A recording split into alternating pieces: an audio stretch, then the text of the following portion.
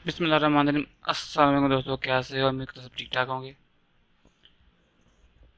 लो जी, मेरा आपके साथ वादा था कि मैं आपको 5 सॉफ्टवेयर या जितने भी मैंने फार्मूले किए हैं, इसके बाद मैं आपको इन तमाम फार्मूलों को एक सैलरी शीट के अंदर अप्लाई या ऐड करना सिखाऊंगा या अप्लाई करना सिखाऊंगा, ताकि आपको इन तमाम चीज़ों की परफेक्ट समझ आ जाए। तो आज हम सैलरी शीट बनाएंगे। इस वीडियो को स्किप मत कीजिएगा, उसको मुकम्मल देखिएगा। इस सैलरी शीट को सीख लेने से आप किसी भी कंपनी या फर्म में अच्छी तरह काम कर सकते हैं। इससे हैवी किस्म की सैलरी शीट कहीं नहीं बन सकती। होंगी, बनती होंगी, पर मेरे लिए बेस्ट है। आप इसको लाजमी बनाइएगा, एक मतलब अपने हाथ से लाजमी कीजिएगा। सिर्फ इन टॉपिक को समझना है किस किस तरह हम सैलरी शीट बना सकते हैं। इनके अंदर तमाम फार्मूले जितने हमने पढ़े थे, सब्ट्रैक्ट का, सबमिशन का, सम का फार्मूला, डिवाइड का, मल्टीपल का, इन तमाम को हम इसके अंदर ऐड करेंगे। तो वक्त ज़ाया करने से बेहतर है कि हम लेक्चर को स्टार्ट करते हैं। तो आप मेरे चैनल को सब्सक्राइब लाजमी कर दीजिएगा, ताकि मेरे आने वाले तमाम वीडियो आप तक पहुंच सके। सबसे पहले हम एक टाइटल लिखेंगे सैलरी शीट का। किसी भी स्कूल का बना लें, फैक्ट्री का बना लें, किसी चीज़ का बना लें।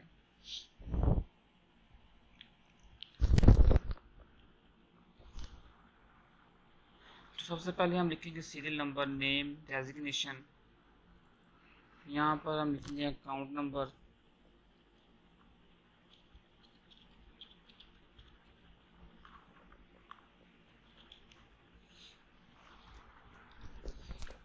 ये ज़रा काफ़ी लंबा हो जाता है, ये ज़रा काफ़ी लंबा हो जाता है, तो हम यहाँ पे क्लिक करके आल्ट और एंटर करेंगे, ये दरमियान में आ जाएगा। इसके बाद हम लिखेंगे previous salary.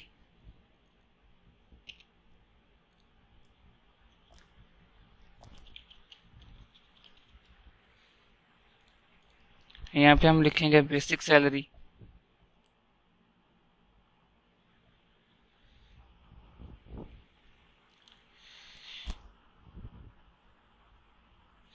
Serial number, name, designation, account number, previous salary, total salary.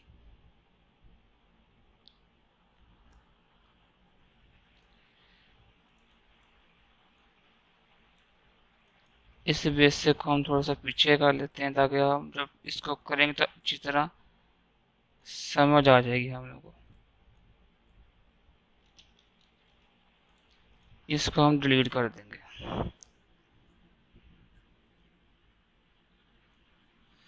Insert, delete, okay. 1 2 3 4 5 6 7 8 9 10 11 12 13 14 15 16 17 और 18, 18 कॉलम बना लेने हैं हमने। सेल के अंदर लिख लेना है।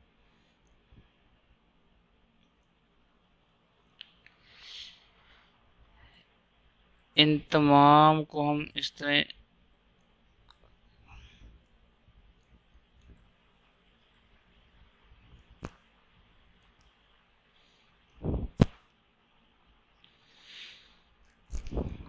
टोटल सैलरी के बाद एडवांस सैलरी, एडवांस सैलरी के बाद extra salary, number of days, 1 day salary, deduction, current salary, payable salary, paid salary, dates और पेंडिंग सैलरी और नोट्स। इन तमाम को हम सिलेक्ट करेंगे, इसको बोल्ड करेंगे और यहाँ से हम इसको कॉलम देंगे।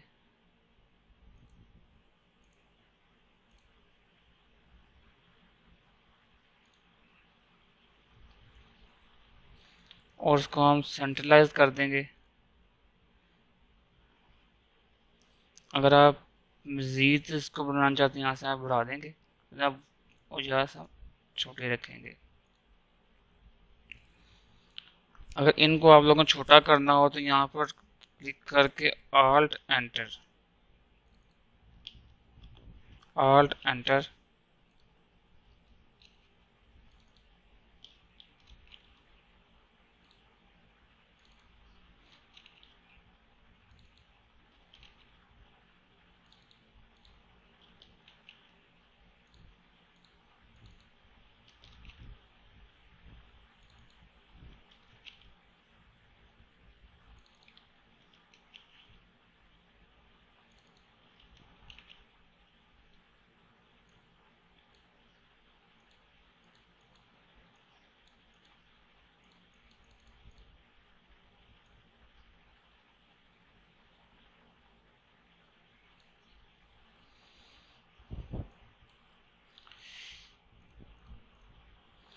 हम बनाएंगे 8 बंदों की सैलरी। 1 2 3 4 5 6 7 8। इसको हम फुल यूज कर देंगे।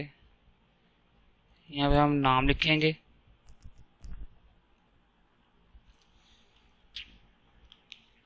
अली, आमना,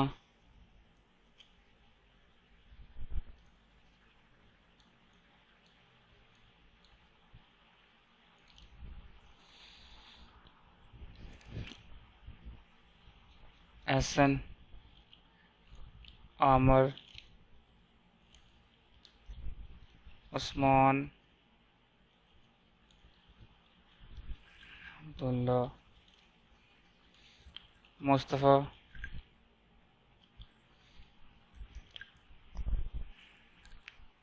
अहमद।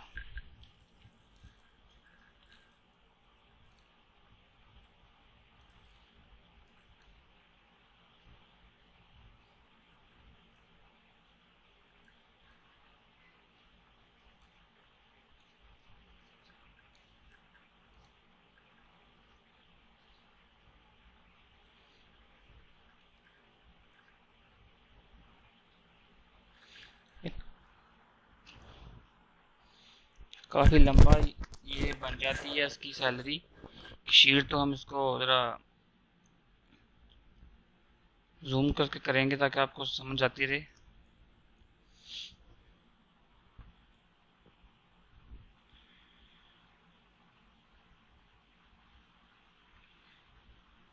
तो हम इनकी यहाँ पर डेजिग्नेशन लिखेंगे आगे, ये किस किस टीचर के हिसाब से काम करते हैं।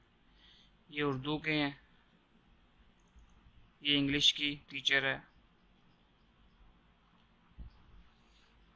अकाउंट्स का टीचर है, ये भी अकाउंट्स के टीचर हैं,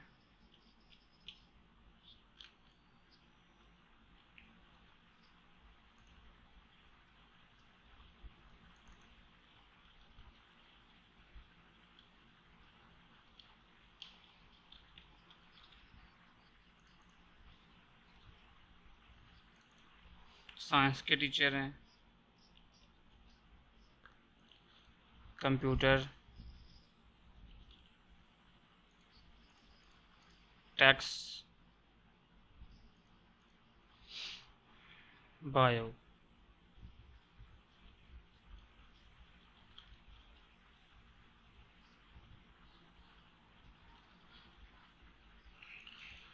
यहाँ बस इसके हम यहाँ पर हम लिखेंगे इसके अकाउंट्स नंबर कोई भी लिख देंगे।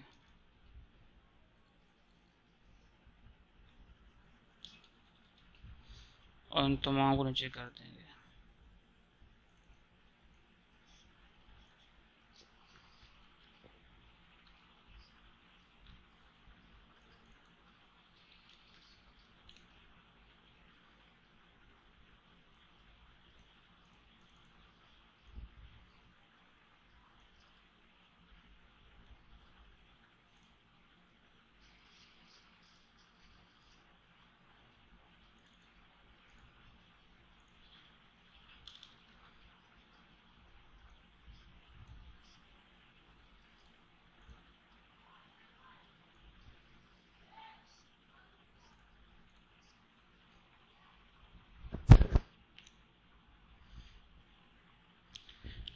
हमने यहाँ पर सबसे पहले सीरियल नंबर लिखा, नेम लिखा, रेजिग्नेशन लिखा और अकाउंट नंबर लिख दिए।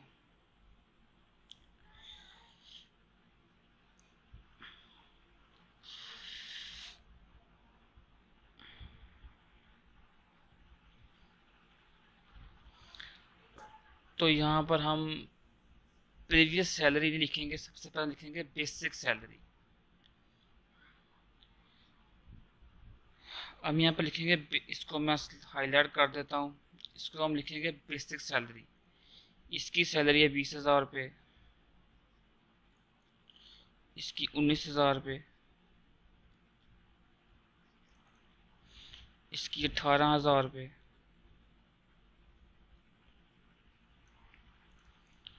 इसकी 25,000,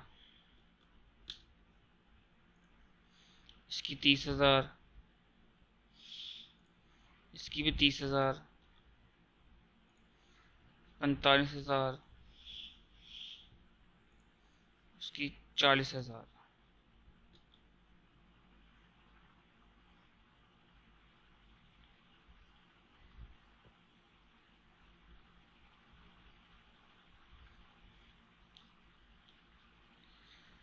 जब हम इनकी बेसिक सैलरी निकाल लेंगे उसके बाद फिर हम इनकी 1 डे सैलरी निकालेंगे।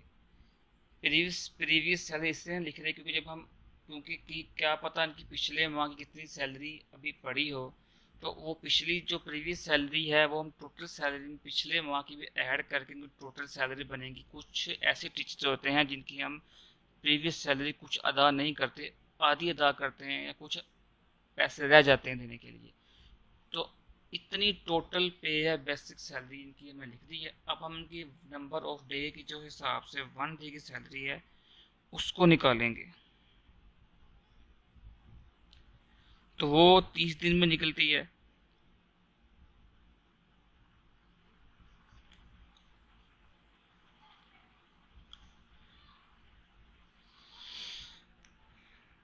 तो यहाँ पर डबल क्लिक करेंगे, इज इक्वल टू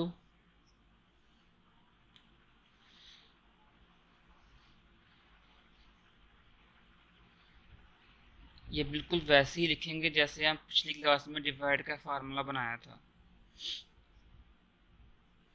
ये बेसिक सैलरी है और डिवाइड बाय 30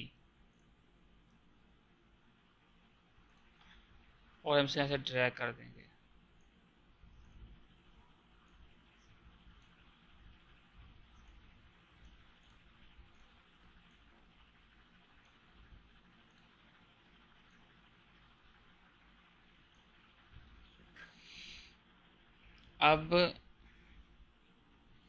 अब हमारे पर डे के हिसाब से जो उनकी सैलरी है 1 डे कितनी चार्ज हो रही है वो हमारे पास निकल आई है। देखिए इसकी 30,000 या 1,000 बनेगी, ये कुछ डॉट्स आ गए इसके बाद इशारे के बाद। तो अब हम अगला स्टेप क्या करेंगे, इसको भी हाईलाइट कर लेंगे, ये भी हो गया हमारा।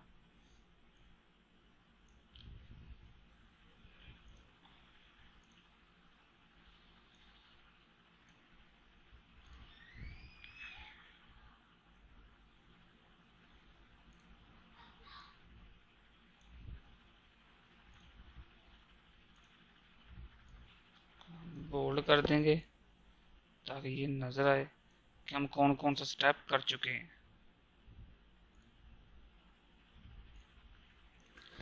अब हम आगे चलते हैं जी।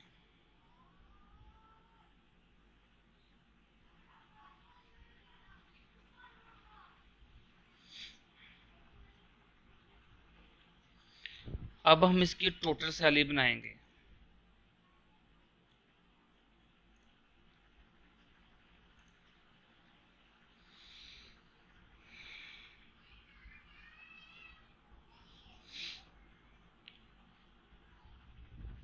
अब यहाँ पर एक दिन की सैलरी निकल आई है, अब हम लेंगे टोटल सैलरी। टोटल सैलरी हम इस तरह बनाएंगे क्योंकि प्रीवियस सैलरी में से कुछ पैसे हमने उनको देने होते हैं, कुछ बकाया जात रह जाते हैं, तो उसको हम बेसिक सैलरी में ऐड करके उसकी टोटल सैलरी बनाएंगे, क्योंकि उसके पिछले माह के कुछ बकाया जात रहते हैं, इसीलिए उनको प्रीवियस सैलरी को और इस सैलरी को हम साथ मिलाकर ऐड करेंगे। तो अब टोटल सैलरी हम बनाते हैं। Total is equal to previous salary का सेल सेलेक्ट करेंगे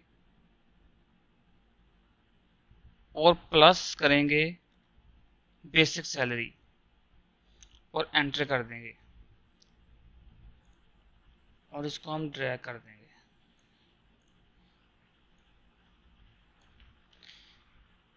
अब गौर कीजिएगा, मैंने ये सेल ब्लैंक क्यों सिलेक्ट किया, क्योंकि इसके अंदर जब हम प्रीवियस सैलरी के कुछ अमाउंट लिखेंगे तो हमारी टोटल सैलरी ऑटोमेटिक चेंज हो जाएगी। जैसे कि इसने मुझसे 20,000 रुपये एक सैलरी पिछली ली, मैंने उसको 15,000 रुपये दी, तो इसका 5,000 मेरी तरफ बकाया रहता है प्रीवियस सैलरी में से। जैसे ही मैं 5,000 एंटर करूंगा तो टोटल सैलरी 25,000 रुपया हो जाएगी। ये इसकी बेसिक सैलरी है, तो ये इसकी टोटल सैलरी जो मैंने इस माह अदा करनी है, इसको देनी है पिछली 5,000 को मिलाकर। जैसे कि इसकी भी नहीं, इसकी भी नहीं, इसकी भी नहीं। अब इस साइंस वाले टीचर की देख लेते हैं, इसकी 30,000 सैलरी थी, तो मैंने इसको 2,000 रुपये 28,000 रुपये दिया और 2,000 रुपये भी इसका देना है। वो प्रीवियस सैलरी में यहाँ पे लिखूंगा, एंटर करूंगा, इसकी 32,000 हो जाएगी।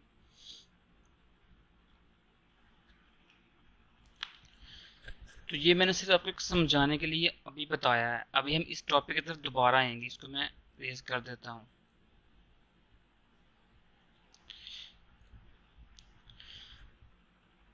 अब हम बनाएंगे करंट सैलरी। इस माह की जो करंट सैलरी, भी पिछली मंथ में नहीं जा रहे हैं हम, वैसे मैंने आपको समझाने के लिए बताया कि वहाँ मैंने ब्लैंक सेल क्यों सिलेक्ट किया था।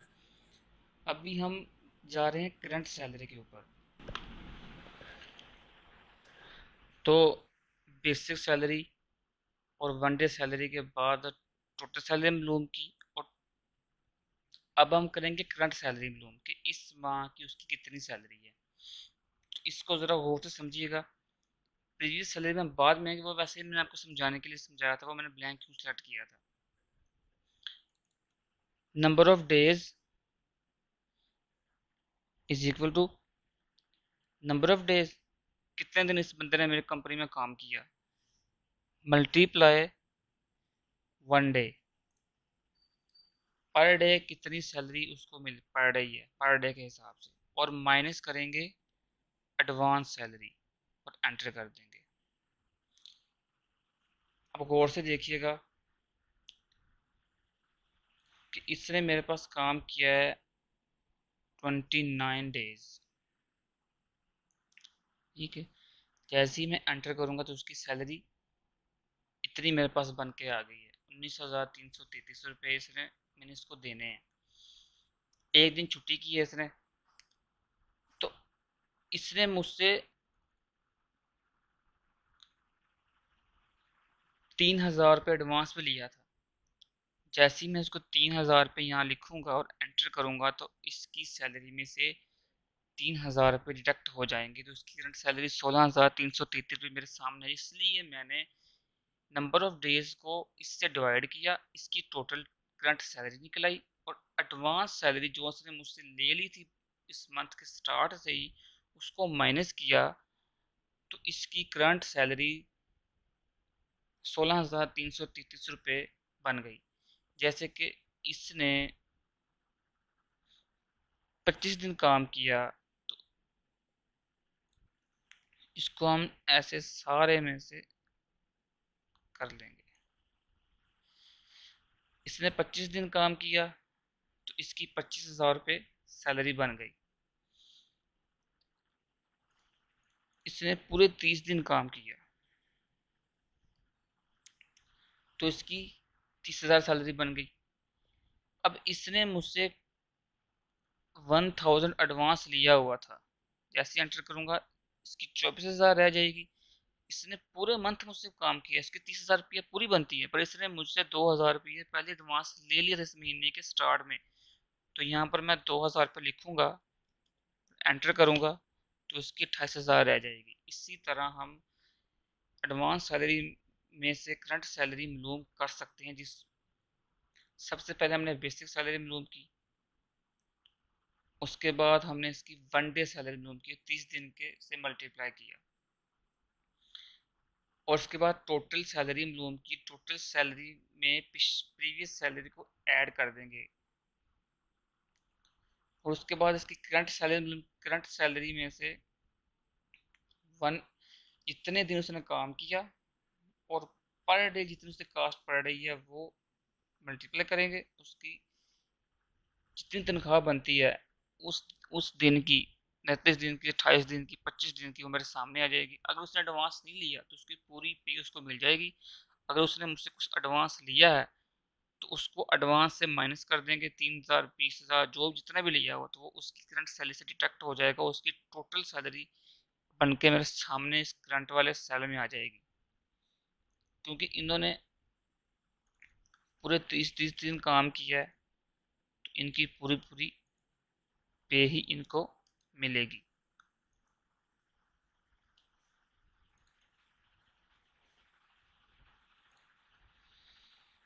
इन्होंने मुझसे किसी किस्म का एडवांस नहीं लिया, एडवांस इन 3 लोगों ने लिया था, तो इनकी करंट सैलरी में से हमको डिडक्ट कर चुके हैं।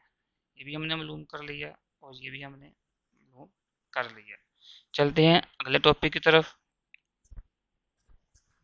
तो अब हम चलते हैं पेएबल सैलरी पर कि इसको हम कितनी सैलरी देंगे। कि जो उसकी सैलरी बन गई, निकल के आ गई, इतनी सैलरी बनती है, अब हमको देनी कितनी है पेएबल सैलरी। तो यहाँ पे क्लिक करेंगे, is equal to current salary plus previous salary. क्योंकि ये भी ही जो पिछले माह की उसकी जो सैलरी रहती है 2,000 या 3,000 जितनी मैं अदा नहीं कर सका, वो भी ऐड करेंगे।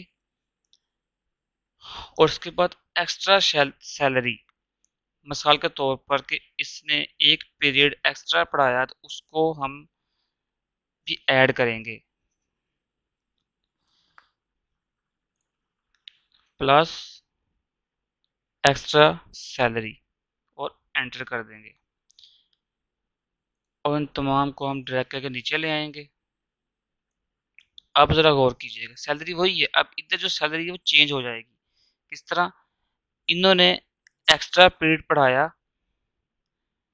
3,000 रुपया इन्होंने एडवांस सैलरी से हमें से लिया था। अब इसने हमसे जो एक्स्ट्रा पीरियड पढ़ाया उसका 1,000 रुपया बनता है। जैसे हम एंटर करेंगे तो इधर 17,333 रुपये बन जाएंगे। क्यों? क्योंकि उसने 1,000 रुपये का पीरियड पढ़ाया है।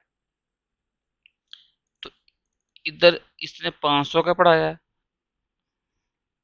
तो 18,500 हो जाएगा। इसने 2,000 का पढ़ाया है तो ये भी चेंज होकर 47 हो जाएगा। ये तो थी हमारी करंट सैलरी। अब ये है हमारी पेएबल सैलरी। अब ये भी हमारी हल हो गई। अब हम करेंगे पेड सैलरी। तो यहाँ पर भी हम इसको एज ही लिख देंगे।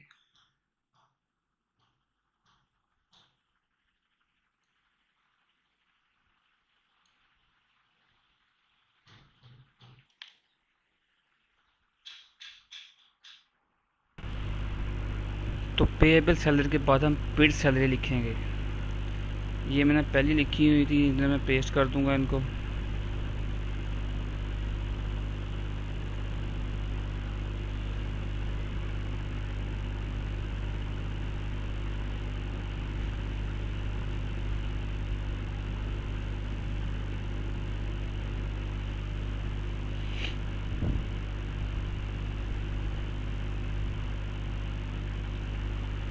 गौर से देखिएगा, पेड सैलरी, ये मैंने, अब मैं इनको पेएबल सैलरी जो मेरी बनी, मैं उनको सैलरी पेड करने लगा हूँ। ये मैंने इसको इतनी दे दी, इसको 19,000 दे दी, इसको मैंने दी 18,500, इसके मैंने 20,000 दे दी।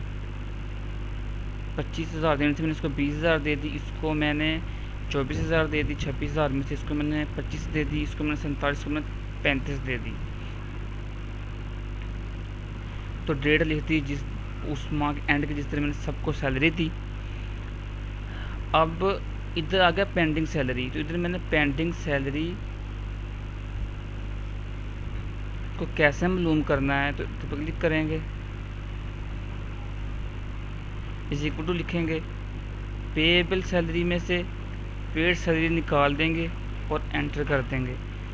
अब देखेंगे यहाँ पर 5,000 रुपये आ गया है। मैंने इसको 20,000 रुपये दे दिया है। 25,000 देना था, 5,000 इधर आ गया। इधर मैंने इसको 24,000 रुपये दिया, 2,000 रह गया, इधर आ गया। इधर मैंने इनको 3,028 में से 25 दे दिया, 3,000 इधर आ गया। इधर से मैंने 40 में से 35 दे दिया, तो 5,000 रुपये इधर आ गया। ये टोटल करके जो इधर आ गया। इस तरह हम इस सैलरी को पेंडिंग सैलरी पे मालूम कर लेंगे।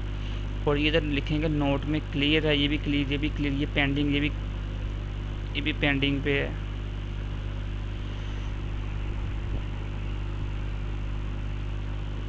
ये भी पेंडिंग, ये भी क्लियर, ये भी पेंडिंग पे। अब देखिएगा ये जो 5, अब जैसे ही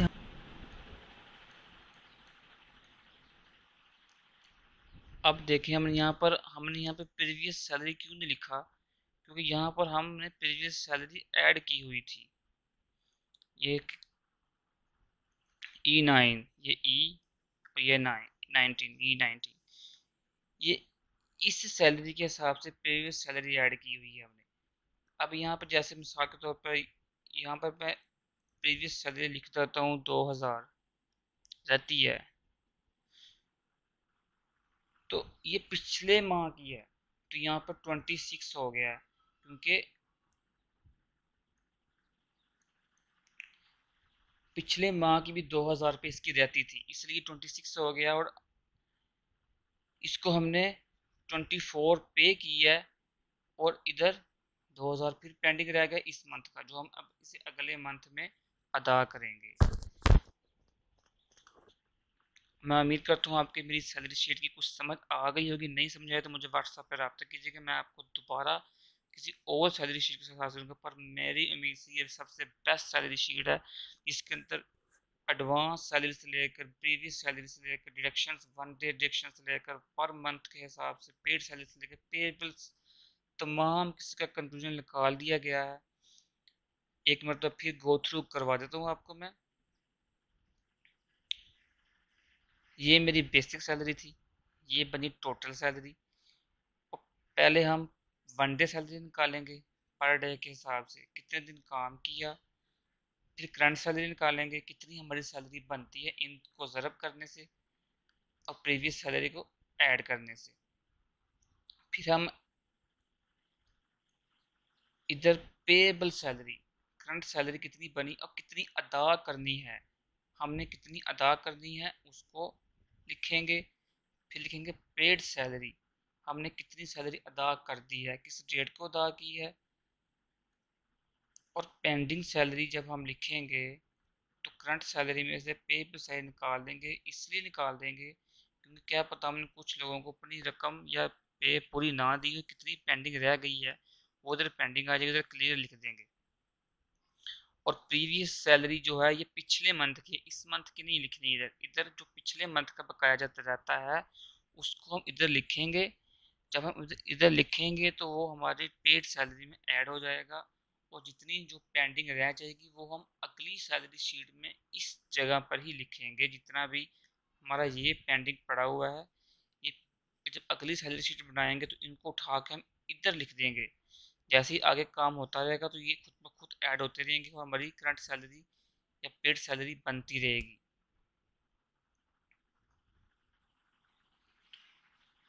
अब बारी है इन तमाम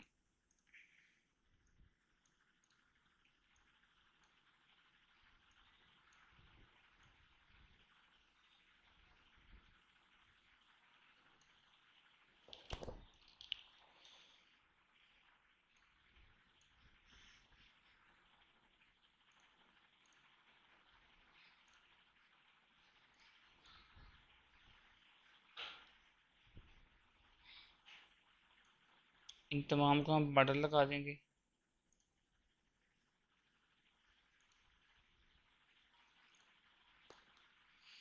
बोल्ड कर देंगे और सेंटर लाइन कर देंगे। अब इधर लगाएंगे हम टोटल का formula is equal to sum bracket open in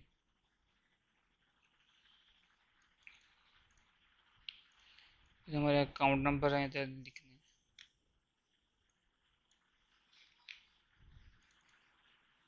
is equal to sum bracket open, range मुकम्मल सेलेक्ट की और ब्रैकेट क्लोज और एंटर कर दिया। और इसको हम ऐसे ही ड्रैग करके इन तमाम सेल्स में ले जाएंगे। ये जीरो को हम खत्म कर देंगे।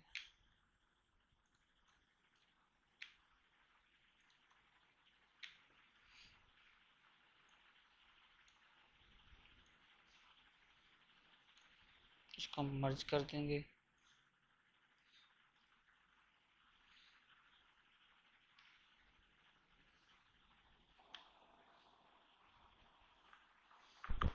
और ये एकेडमिक स्टाफ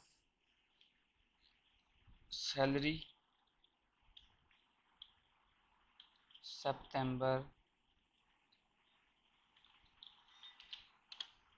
2021 की सैलरी शीट है। इसके नीचे आएंगे, यहाँ पर हम सेल को मर्ज कर देंगे।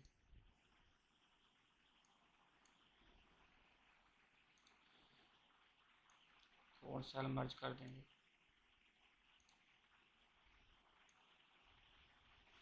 सेल मर्ज करेंगे।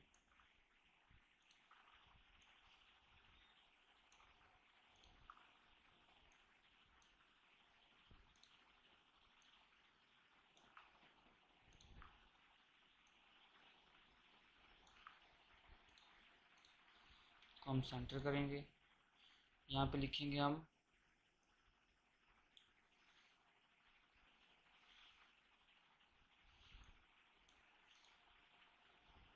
पेएबल सैलरी कितनी है, इज इक्वल टू, एंटर किया। यहाँ पे लिखेंगे पेड सैलरी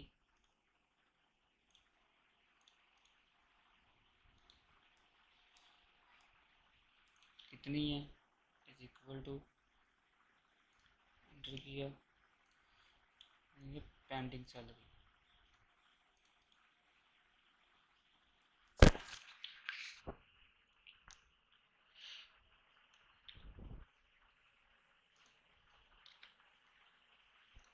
और इन तमाम को सेंट्रलाइज कर देंगे।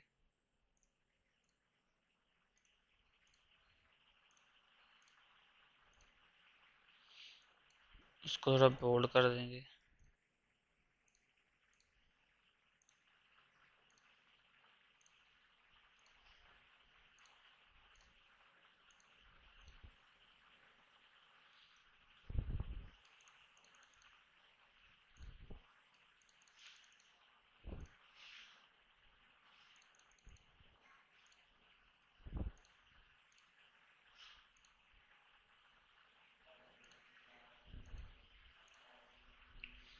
ये हमारी पेंडिंग सैलरी।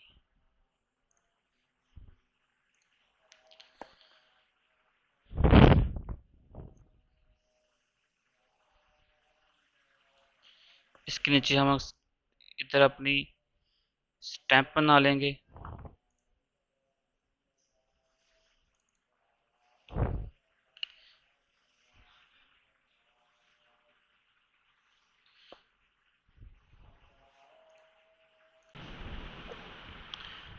तो इसके बाद हमने इन मुकम्मल सैलरी शीट बनाने के बाद इसके नीचे खाना बनाना है, टेबल, और इधर account branch, principal, signature, head office signature कर देने, ताकि इन तीनों से अप्रूव शुदा होकर सैलरी शीट हमारे पास बनकर हाजिर हो जाए।